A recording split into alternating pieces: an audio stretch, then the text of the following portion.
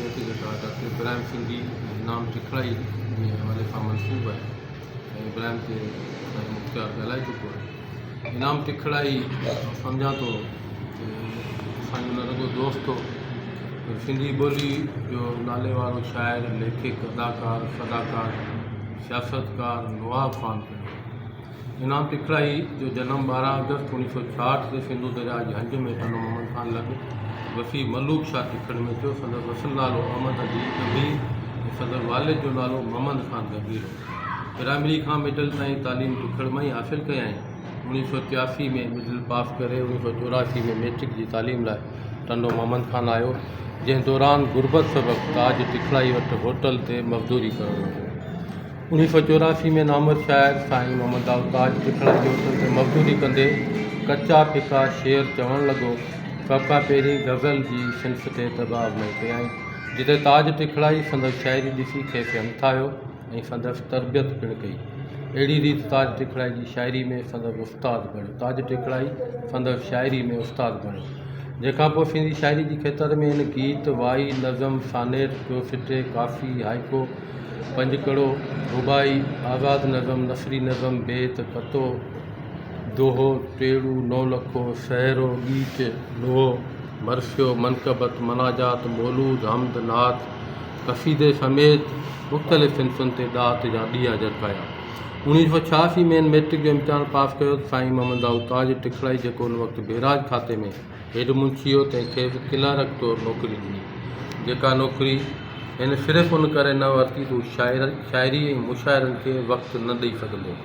उन बजाए हिन बेराज खाते में पटे वाली जी नौकरी जो ऑर्डर वरितो। ज़िंदगीअ जे आख़िरी वक़्त ताईं उन नौकरी सां सलाहियल पिणु रहियो। 1987 खां इनाम टिखड़ाई बाक़ाइदा अदबी सरगर्मियुनि ऐं मुशाइरनि में हिसो वठणु शुरू कयो। संदसि शाइरी में पुख़्तगी पिणु अची चुकी हुई। सिंधी खां सवाइ उन पंजाबी ऐं सिराइकी ॿोली में पिणु कलाम साखिया। नसर में तहक़ीक़ी अदब, मवाया अदब जे शोबनि में कहाणियुनि, मज़मूननि, मक़ालनि वसीले मुआशिरे जी अकाशी कंदो रहियो। इंडिया जे पूंज रिसाले में पिणु संदसि तमामु घणी शाइरी छपी। इनाम न रुॻो भलो शाइर, लेखक रहियो, पर बहितरीन कंपेयर सां गॾु हुन स्टेज ऐं टीवी ते अदाकारी ऐं डायरेक्टरी तौरु पिणु पंहिंजूं ख़िदमतूं सरअंजाम ॾिनियूं। स्टेज ड्रामा ऐं खाका पिणु लिखाईं। सिंध टीवी ते कुझु अर्सो असिस्टेंट डायरेक्टर जी हैसियत में कमु कयो। इनाम टिखड़ाई जी हिकु ॿी सुञाणप नवाब ख़ान वारी रही। गमे हुसैन जो लिबास ओॾे मातमी जुलूसनि ऐं मजमूअनि में नवाब पिणु पढ़ंदो रहंदो। रेडियो ऐं टीवी जे मुख़्तलिफ़ प्रोग्रामनि, मुशाइरनि, थोरे अदबी महफ़िलनि में पंहिंजी शाइरी जा सिज पियो उभारींदो।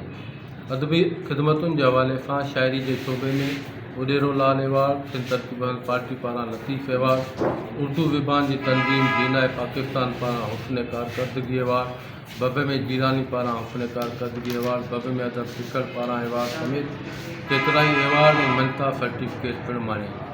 इनाम टिखड़ाई ॾात डेक मार्को, महफ़िल लतीफ़ी, सिंधी अदबी संगत, मेहराण अदबी फोरम, लतीफ़ी अदबी फोरम, बबे में अदब टिखड़, बबे में जीलानी, राइटर फोरम, कारवान अदब सिंध, मोहम्मद ख़ान गनी अदबी तनज़ीम, अवामी अदबी फोरम, मेहराण अदबी सत जे प्लेटफार्म तां पिणु पंहिंजो भरपूर मुतहरिक अदबी किरदारु अदा कयो। GFN स्टूडेंट फेडरेशन, GFN तहरीक, Pakistan peoples party, Sindh peoples cultural wing जे प्लेटफार्म तां सियासी सरगर्मियुनि में पिणु हिसो वरिताईं। मुख़्तलिफ़ सियासी, इल्मी ऐं अदबी तनज़ीमुनि जे उहिदनि ते रहंदे बि हमेशह सरगर्म वर्कर जी हैसियत में कमु कंदो रहियो। सिंधी अदबी संगत ज़िले हैदराबाद जो राब्ता सेक्रेटरी, टनो मोहम्मद ख़ान शाख जो ख़ज़ानची ऐं केतिरा ई भेरा कारोबारी कमेटी जो मेंबर पिणु रहियो। 1988 में लिबरेशन फ्रंट जे नाले सां तनज़ीम क़ाइमु करे उन जे तनज़ीमी सरगर्मियुनि दौरान कराची सेंट्रल जेल में 16 ॾींहं जेल यात्रा बि भोॻे आयो। जंहिं बाद वसीलनि जी खोट करे उन तनज़ीम खे अॻियां वधाए न सघियो। उनखां अलावा टनो मोहम्मद ख़ान जेल में पिणु 19 ॾींहं क़ैद कटियईं। संदसि तख़लीक़ुनि जा सितारा, नई ज़िंदगी, मेहरान, इबरत मैगज़ीन, सिंधू, हालार, अदब, हज़ार दास्तान, सोजरो, अमरता, सुराण, लतीफ़ीलात, वींझार, अख़बार जहान, जाफ़र बाइजे, संगत, अल इस्लाह, हफ़्तेवार, मारूरा न्यूज़, मेहरान, माला, पिमाई मेहरान, नई ज़िंदगी समेत मुख़्तलिफ़ सिंधी उर्दू रिसालनि अख़बारनि में पिणु शाया विया। सिंधी ॿोली जे भलोर अदीब, समाजी वर्कर, सियासतकार, अदाकार ऐं नवाब ख़ान खे शोहरत खां हमेशह डपु लॻंदो हो कंदड़ शाइरी जो पहिरियों मजमूओ रुली रुली जान 1998 में लतीफ़ी तिबी अकेडमी टनो मोहम्मद खान पारां हकीमी को खतरी छपाए पधिरो कयो। उन खां पोइ रिसेंटली संदसि ताबो किताब टिकट पब्लिकेशन जे पारां दड़नि जी मिटी सिंधु जो पाणी दड़नि जी मिटी छपजी पधिरो थियो। मुहूरत बि टिकट में थी। इनाम तिखड़ाई जी शाइरी जो हिन वक़्तु लॻभॻि 3 मजमूअनि जो मवाद अञा बि अणछपियल सूरत में मौजूदु आहे। इनाम जी शाइरी जा मौज़ू तमामु घणा वसी रहिया।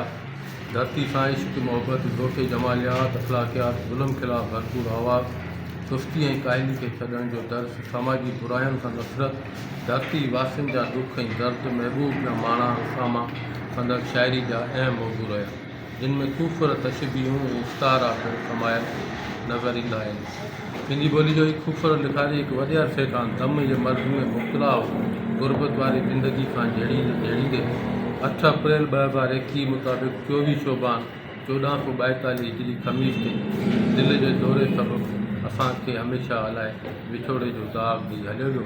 खेसि वसी मलूक शाह लग शाह ज़कीरे जो क़ब्रिस्तान में मिटी मां हवाले कयो वियो। खेसि 3 पुटनि ऐं 2 नियाणियुनि जो औलाद आहे।